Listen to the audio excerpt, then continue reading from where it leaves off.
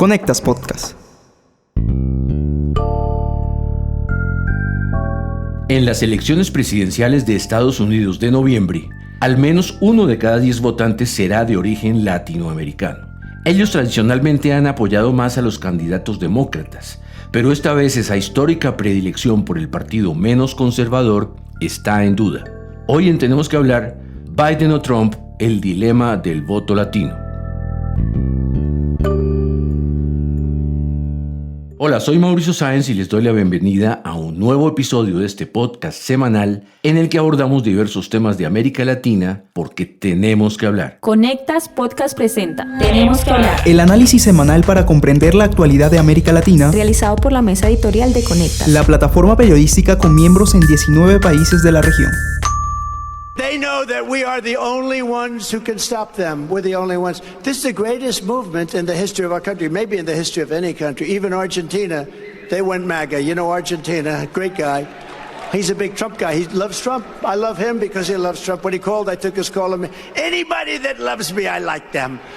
But he's good.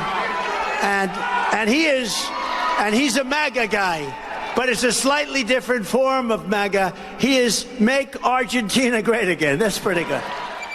¿Cómo cambian los tiempos? Oíamos a Donald Trump deshaciéndose en elogios por el presidente argentino Javier Milei, ahora que corteja el voto de los latinos de cara a las elecciones de noviembre.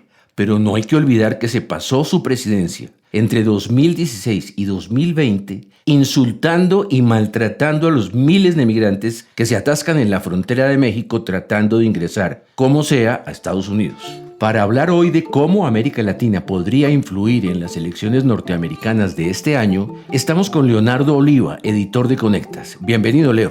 Hola Mauricio, un gusto como siempre. Leo, cuéntanos, tú que eres argentino, ¿cómo cayeron esas palabras de Trump a favor de Milei en tu país?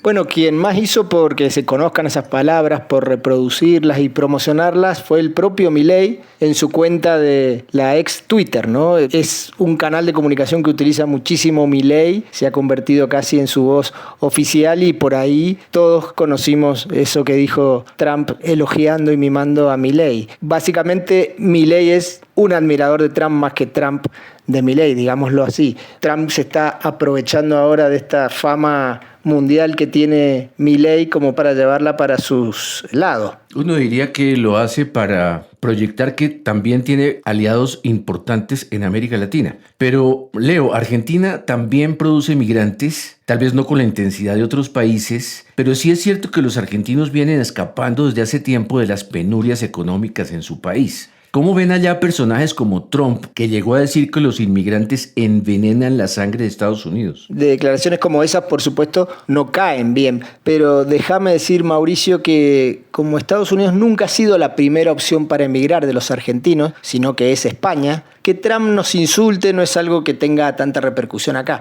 En cambio, sí que elogie y hasta se abrace con Milei, ¿no? Como lo hizo en la última cumbre de la ultraderecha mundial que se realizó a fines de febrero en Washington. Fíjate, en ese evento los seguidores de Trump recibieron a Milei y al salvadoreño Nayib Bukele como verdaderas estrellas de rock y aplaudieron sus discursos a rabiar. Sí, es cierto, y hay que decir que fue un hecho inédito que dos mandatarios latinoamericanos participaran de un acto de campaña en Estados Unidos, porque básicamente esa cumbre fue un acto de campaña de Trump. En el evento, un personaje como Steve Bannon, que es un gurú del trumpismo, muy polémico por cierto, reconoció que el Partido Republicano debe ir en busca del voto de los latinos en noviembre, y eso explica quizá la presencia de Milei y de Bukele allí. ¿Y realmente pueden ellos influir tanto como para que Trump lo suba a la tarima? Es una pregunta que su respuesta difiere según a quién se la hagamos. Hay quienes, como la organizadora de la cumbre, una mujer del círculo íntimo de Trump llamada Mercedes Schlapp, que sostienen que Milei y Bukele pueden servir para ganarse la confianza de los votantes latinos. Pero hablé con el experto Michael Shifter, que es expresidente de Diálogo Interamericano con sede en Washington, y él minimiza el aporte que los dos presidentes latinoamericanos pueden hacer hoy a la campaña de Trump. No creo que las figuras como el presidente Milei de Argentina o Bukele de Salvador, que están asociados con Trump, identifican con Trump, lo apoyan, van a influir en la campaña electoral de republicanos este año. Seguramente la población argentina, Estados Unidos, no tiene peso político electoral. La población salvadoreña es significativa. La mitad de la población de El Salvador vive en Estados Unidos. Hay una diáspora bastante grande, pero están concentrados en 3 lugares, en la ciudad de Washington, D.C., en Los Ángeles y Nueva York. Y esos 3 áreas apoyan demócratas. O sea que Biden tiene una ventaja muy fuerte. Es muy difícil, casi imposible, que Trump gane esos lugares.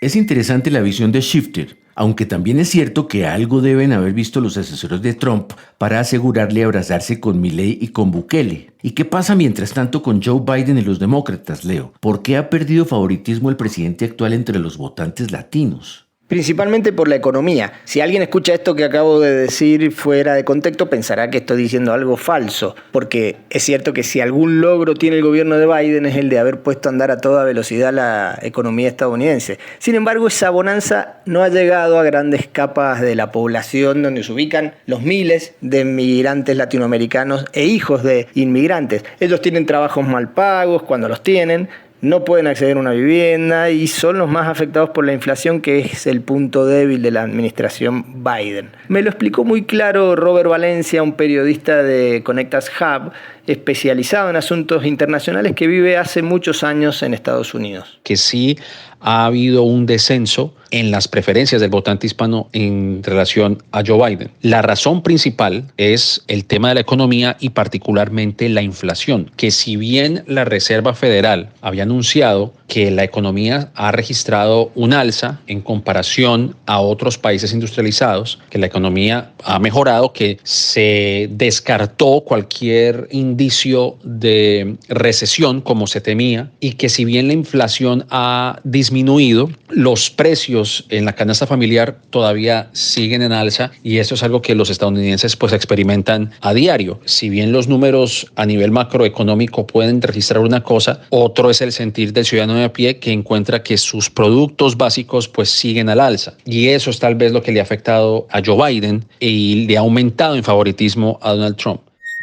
Leo, más allá de por quién votarán, me interesa que expliquemos ahora por qué se habla tanto de que el voto de los latinos será clave este año en las elecciones de Estados Unidos. ¿Qué tanto representan en el electorado norteamericano? Los cálculos de organizaciones como Voto Latino y Naleo dicen que son 36,2 millones los hispanos o latinos en condiciones de votar en noviembre. Esto representa 6,5% más que hace 4 años en 2020. Es la minoría racial que más creció desde la última elección. Igualmente acá hay que aclarar que no todos irán a votar, porque el voto es voluntario en Estados Unidos, y también que los latinos están mucho menos politizados que los blancos o los afroamericanos, por ejemplo. ¿Y de esos 36 millones cuántos realmente votarían? Se habla de que serán alrededor de 17,5 millones, que igual es una cifra muy significativa, y ahí es donde quieren pescar tanto Trump como Biden, sobre todo porque gran parte de estos votantes son jóvenes, como me explicó Robert Valencia. Es un número bastante alto y si se tiene en cuenta que muchas de esas personas son también jóvenes, esta nueva generación, la generación Z, pues será un voto importante para las aspiraciones de ambos candidatos. Y ahí es donde también cobra relevancia porque evidentemente las generaciones más nuevas tienden a ser más progresistas. Sin embargo, como lo señalan las encuestas en general, pues está prácticamente dividida la contienda. Algunos le dan favoritismo a Donald Trump, otros le dan favoritismo a Joe Biden, entendiendo que hay márgenes de error en las encuestas.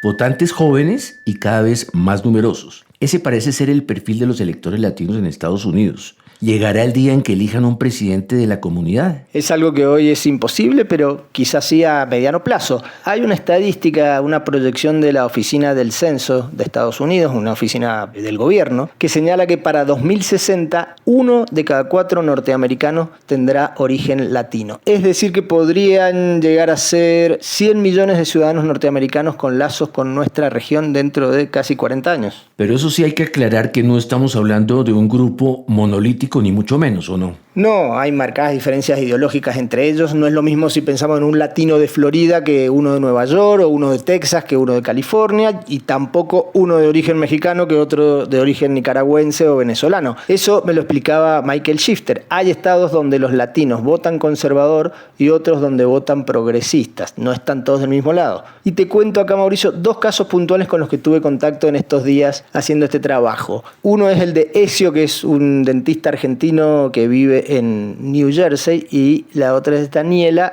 una emprendedora colombiana que vive en California. Ezio votará a Trump, Daniela votará a Biden. Ezio es el típico votante de Trump conservador que cree que le robaron la elección y que creen que Biden es casi un comunista, y Daniela cree que Trump está totalmente loco y que Biden de alguna manera está salvando al país.